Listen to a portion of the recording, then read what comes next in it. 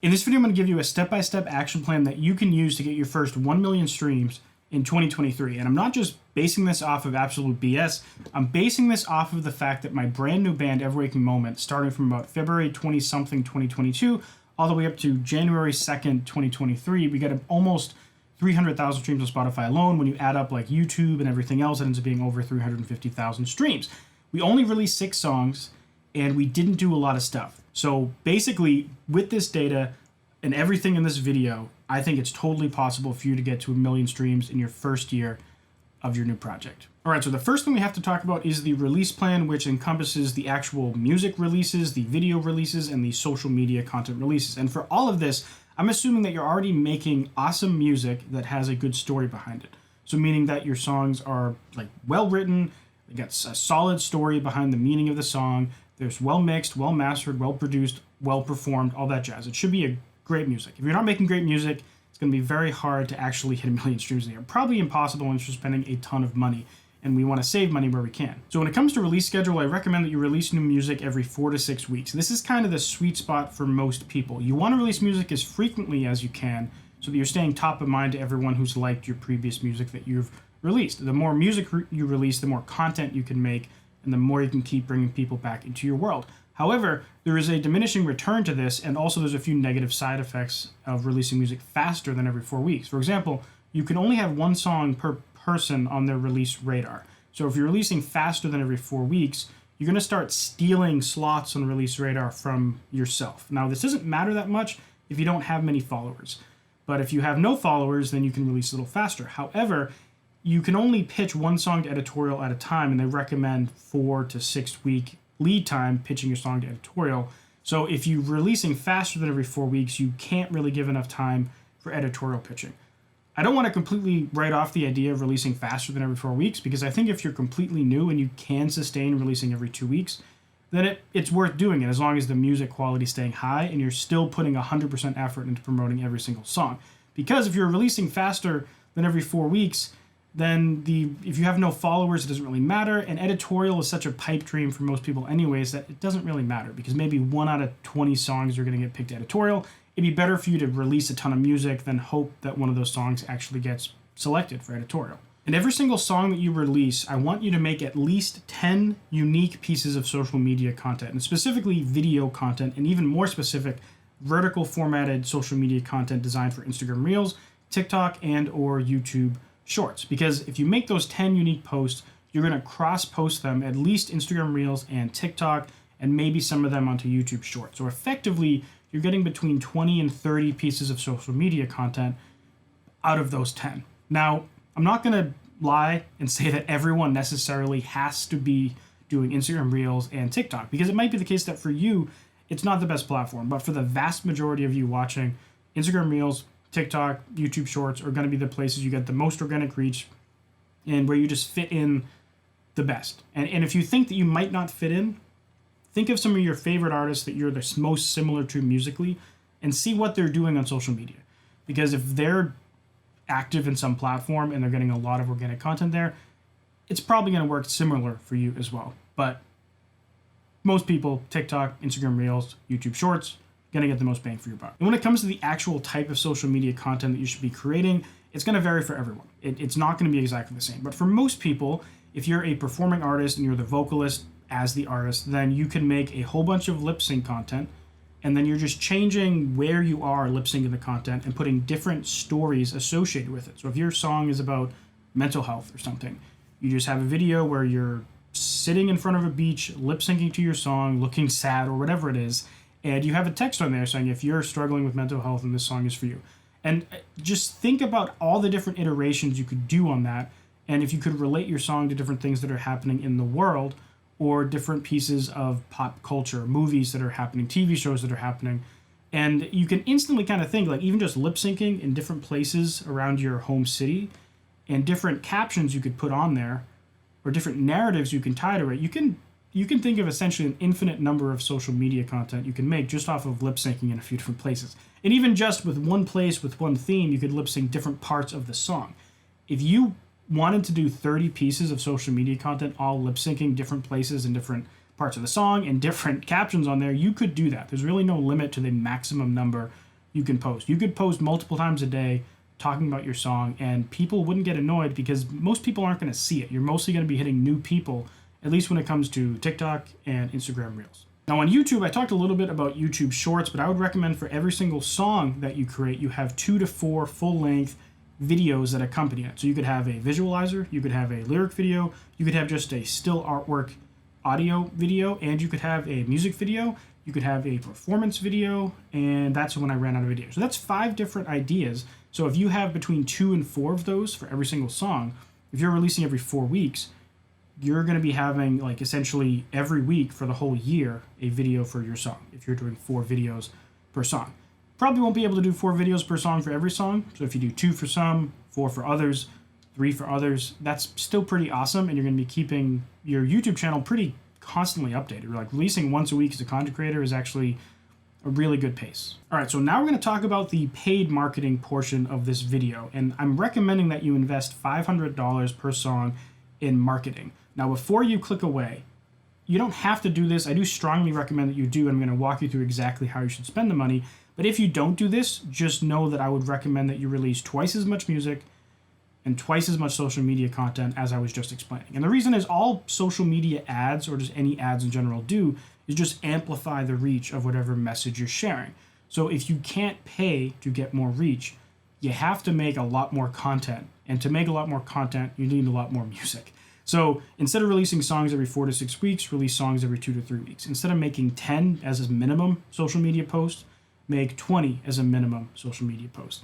And even that might not be enough to compensate for this $500 budget. So just keep that in mind. But I do recommend it, and I encourage you to watch through, and maybe it'll make sense why I strongly recommend to do this. So when it comes to paid marketing, the tool that I recommend the most is Facebook ads. That's essentially what I use to generate, I would say, at least 90% of the streams on this project, Every Breaking Moment, that I launched this year, or last year technically now. And so it's incredibly effective. We did about $500 a song, but we did some other ads as well, and also we were testing a lot of things. So over the course of this year, or 2022, we spent about $5,000 across 6 songs. So we spent a little bit more than that. But if you're doing $500 per song, you're releasing every 4 weeks, you're going to spend $6,000. So keep that in mind. Now, the type of campaign that I recommend that you run is known as a Spotify conversion campaign. And I'll quickly walk you through how this process works, and I will link to a video here if you want to see a more thorough, in-depth explanation of how these campaigns get run. But what we do is we send people to a landing page. I'll put a picture of one on screen now. And we're tracking when people convert on this landing page and go to listen to our song somewhere else. You just simply create the campaign, give it a daily budget of something like $15, $20 a day. You make an audience. Inside of this audience, you choose the conversion location that matches up with the landing page that you're actually using. So in this case, it was this Feature FM All event, FFM All. We target a bunch of countries that are good for Spotify that I've thoroughly tested. Let me actually look at a different audience here. This one I was trying some 13 to 17 stuff. We do Spotify. We narrow it further by one or more artists or even a genre. And we run it to a select group of placements that I have figured out through trial and error work quite well. When it comes to ads, we get our song and we cut it up into 5 or 3 to 6 discrete chunks, roughly 15 to 25 seconds each. Typically performance videos in most cases, but music video clips or lyric video clips can work if you're in a pinch. And what we do is we're testing these multiple different parts of the song across multiple different audiences. So if I back out here and look at the ad sets, and remember, so link up here. If you have no idea what I'm talking about, this video goes through literally the entire step-by-step process. I just want to give you the quick breakdown. So we look at this song. I'll do maximum. So you can see in this that I have all these different audiences testing Linkin Park and Friends, Bring Me the Horizon, alternative metal, metalcore and bands, punkier bands. And we're getting different costs per result for each one, ranging between 50 cents a conversion all the way down to 31 cents a conversion. If I go into Bring Me the Horizon here, we can see across all of our different videos, we also get different costs, ranging from 26 cents a conversion up to 45 cents a conversion. So this is why we test a bunch of different parts of the song and a bunch of different audiences, because otherwise, like in one instance, we might have been paying 50 cents a conversion, but because we did some testing, we got the cost down to 32 cents a conversion. So pretty huge difference, right? We essentially got twice as much, nearly twice as many results per per dollar because we tested multiple audiences and multiple ads. So this is the type of campaign that I recommend putting the most of that $500 behind, just because it is the most effective across any of the ad platforms at actually driving results to Spotify. And so it's a Facebook ad campaign running on both Facebook and Instagram. Now, every so often when you have a really good video, I would recommend spending some money in YouTube ads, or even if every song you do $20 in YouTube ads, that's cool. But then when you have a really cool one, you do like $100 in YouTube ads, you're going to have to decide that for yourself, how much you want to do that. YouTube ads are really effective at getting you a lot of cheap views and even subscribers per dollar. The downside is that stuff doesn't really translate to any other platform. These Facebook conversion Spotify ads translate really well to platforms like YouTube, and they translate very well to getting Instagram followers, Facebook page followers, and even Apple Music, Shazams, and stuff like that. The YouTube stuff doesn't cross over anywhere else generally, which is why I recommend spending substantially less. But if you have a really good video, it can definitely help in promoting the song and the video itself. Now, additionally, every single song I would recommend spending a very small portion of your budget on things like SubmitHub and or Groover. And these are places where you pitch your music to curators. The people listen to your song, and they get paid whether they add it to their playlist or they reject it and give you feedback or not. And the reason why is you can spend something like $10, $20, $30, pitch to very specific people that you think may like your song, and hopefully get added to a couple different playlists. So it's very cheap, very good bang for your buck, but some types of music will do very bad in it and some types of music will do very good in it. If you're doing metal, pretty much not even worth doing. There's very few curators on SubmitHub and Groover that, at least for my band genre of metal, there's pretty much nothing. But if you're doing something like electronic music or hip hop or pop, you're probably going to find plenty of places to submit. You're just going to want to curate who you're pitching to based on how often they accept or reject music and how accurate they are and how active their playlists are. So in general, if you had a $500 ad budget for your song, I might put something like $425 towards Facebook ads, maybe $50 towards YouTube ads, and $25 towards SubmitHub and or Groover. So it's going to shift depending on the song, and if you do really good in the SubmitHub thing, you might allocate a little more. If your videos are really cool, you might allocate a little bit more to YouTube. And some of you might just spend all of it in Facebook ads. Like if you spent all $500 in Facebook ads, that would be a lot better than siphoning too much away from the Facebook ads just because of how effective they've been at growing my audience. And just to give you another stat that I'll throw on screen here, we didn't do any YouTube ads for Ever Waking Moment. We did only Facebook ads, and we barely posted on social media. Like we did enough, but we didn't post that much. And we got a pretty good amount of results on YouTube just as a side effect of that. So you're seeing some results on screen, and to me, it's kind of impressive how well that worked. And I'll link to a video here kind of going through all the side effects that you get as a result of those Facebook ad campaigns. So now I'm going to mention some things that you shouldn't waste your time and money with if you're trying to get your first 1 million streams. And then big number one is expensive PR campaigns. I've seen some artists with almost no audience spend like a couple $1,000s on PR campaigns and then complain about how it doesn't do anything to impact their streaming numbers. And the reason is PR campaigns just don't impact your streaming numbers 99% of the time. Like I've probably talked to 20 people who have done multi-$1,000 PR campaigns, and not a single person has said that it's actually like made a substantial impact to their either streaming or social media following, email list growth, merch sales, or anything. And that because PR campaigns aren't really made for that. They're really made for giving more of a narrative and more of a brand behind your music, which is helpful and can help you have some legitimacy if you're booking shows or trying to approach a label or something. But it's by itself not going to really help your music. Like imagine if you're in a music blog. Are you going to click on some random band you've never heard of and then go listen to their music? Probably not. You're probably only going to click on the bands you already know because you want to learn more about what they got going on. And that's kind of the place that PR often fits in for most cases. The next one is radio promotion. This is another super expensive thing that I wouldn't recommend diving into right away. Radio promotion is notoriously untraceable. You really have no idea what it's doing for anything. And the people that I know that have done really expensive radio campaigns generally don't have good things to say about them. They can make sense for certain people, but probably not something you want to consider until further down your career. And for most people, you're probably never really going to do it, just because unless you're in a very specific genre and a very specific situation, it probably doesn't make sense. So this next thing might be a little controversial, but it's Spotify pre-saves. Spotify pre-saves are great. Like I would recommend every time you have a song, make a pre-save link, share it to your audience, talk about it on social media a little bit, but don't run any paid marketing to it. A lot of people portray it as this magical algorithmic thing on Spotify that if they get a bunch of pre-saves, their song's going to do amazing.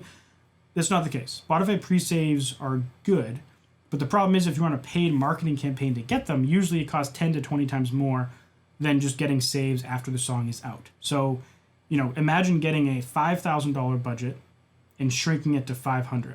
That's like the kind of cost difference we're talking about if you run a pre-save campaign compared to a post-release campaign. So don't run like a Facebook campaign to get pre-saves. It's just generally not worth it. The next thing to mostly avoid is Spotify playlisting. And I'm not talking about editorial, I'm not talking about algorithmic, I'm talking about third-party services that you just pay a lump sum of money and they add you to a bunch of playlists.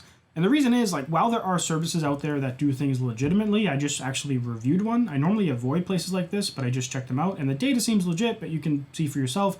And then another example would be Indie Music Academy. They have a playlisting service that I've never tried, but I know Ryan, the guy behind it, and I trust him. And I know he's not doing anything sketchy. So in certain situations, playlisting can be fine, but if you're new, I think it's generally a bad idea and a waste of money. Because you're going to be added to these playlists that probably don't make that much sense for your music. You don't match very perfectly. So it might screw up your fans also like section. That's one aspect. But two, you're kind of training Spotify to learn about your fans in not a good manner. So if you get an algorithmic playlist, you might get pushed out to the wrong people on Discover Weekly, meaning your song's going to quickly get kicked off. But if you focus really on the paid advertising side of things and the organic social media stuff, you're going to be only getting people there who are the most interested, which is going to train Spotify and who your real people are. So it's much more important when you're starting off to make sure that everything is as legit as possible. And the last thing to flat out avoid is bots of any type. If you see any service that says, stresses how organic their service is, or their name is sketchy, or their website looks bad, or they flat out just admit that you're buying bots, avoid them. It's not worth it. They might say something like, oh, you're going to pay for bots, but then those bots are going to trigger the algorithm and get you real people. While I do know someone that happened to, it's probably not going to happen to you. The only thing that's likely to happen is you're going to get all your music kicked off Spotify. And that's a really bad way to start your music career. All right, so you're still here, which means you're really interested in what you could do to promote your music. So I have some kind of bonus opportunities here that I'm going to go through that won't make sense for everyone, but might make sense for a lot of you. And the first one that probably will make sense for almost everyone is collaboration. So if you can work with other artists who are similar in size to you, or ideally even bigger, but similar is great too, and do a multiple primary artists where you're both on the release, it's going to be great not only just for sharing each other's audiences, but you can kind of double up on ad spend, right? If you wanted to spend $500 on the song, you can get them to also contribute $500 on the song, and now you have a $1,000 ad campaign that you both benefit from. On the other side of things, Spotify seems to really like it when artists are collaborating. And I've seen them kind of give, I don't want to call it preferential treatment, but they do kind of emphasize that collaborating with other artists is something that they really like. And every time you collaborate with an artist, you're kind of hedging your bets that one of you at some point in the future is going to be more successful. Because what happens is, let's say you collaborate with a guy and 5 years later he has 1 million monthly listeners. As long as that song's still in his catalog, you're probably going to continue to get a bunch of streams from that over time, just because of the fact that he's now a big artist and people are listening to his catalog. So the more people you collaborate with, you're kind of just hedging your bets and kind of guaranteeing that if one or a couple of those people blow up, you're going to get a little bump from it, which is kind of a sad way to think about the world in collaborations, because collaborations are fun. It's a great way to meet new people and have a good time making music, but that is a really cool benefit of it. The next great opportunity, which might not make sense for some people, is touring/shows. Shows are an awesome way to get the word out about your music, assuming you're playing in front of the right audience, opening for the right bands, or whatever type of artist you are. Every time you play in front of people, they generally feel a much deeper connection to you than if they just heard you in a playlist. That's because you're there, they're there. It's this kind of magical feeling, and you're more likely to become a diehard fan of an artist in the first listen if it was a live scenario when you first heard them than if you heard them in a playlist. So if you can do shows and you can connect with artists that are local in your area that sound like you, especially if they're bigger, it can be a fantastic opportunity to network, meet new people, get new fans, and even if you have to play for free to open for the right band, or even pay to get on a tour, which I've heard is a thing, it can be an awesome way to get in there. And touring generally, while it can be very expensive and a lot of people lose money, it can be a way to make a pretty solid income with your music if you do things the right way. And very much related to that is the whole live streaming thing. So whether that's you start a Twitch stream or you start a YouTube stream or whatever, playing music in front of people in a live scenario, it's very similar to people showing up and seeing you live, in that there's more of a connection there because everything's happening in the moment. There's less people present than something like online streaming, and you're interacting with people like one-on-one essentially. And so if you can do a live stream thing, a performance thing, or whatever, it can be a great opportunity to interact with people and get them more invested in your brand. So this next thing is even more niche, but if you can take advantage of it, it can kind of be your superpower. So let's say, for example, you make EDM music and you're really big into crypto. Like you're really passionate about NFTs and crypto, for whatever reason, doesn't matter. If you're really active in those communities already, you can try to incorporate your music into that element as well. Because if you're really active in those communities and you make music, you might be able to make a song that's related to that niche.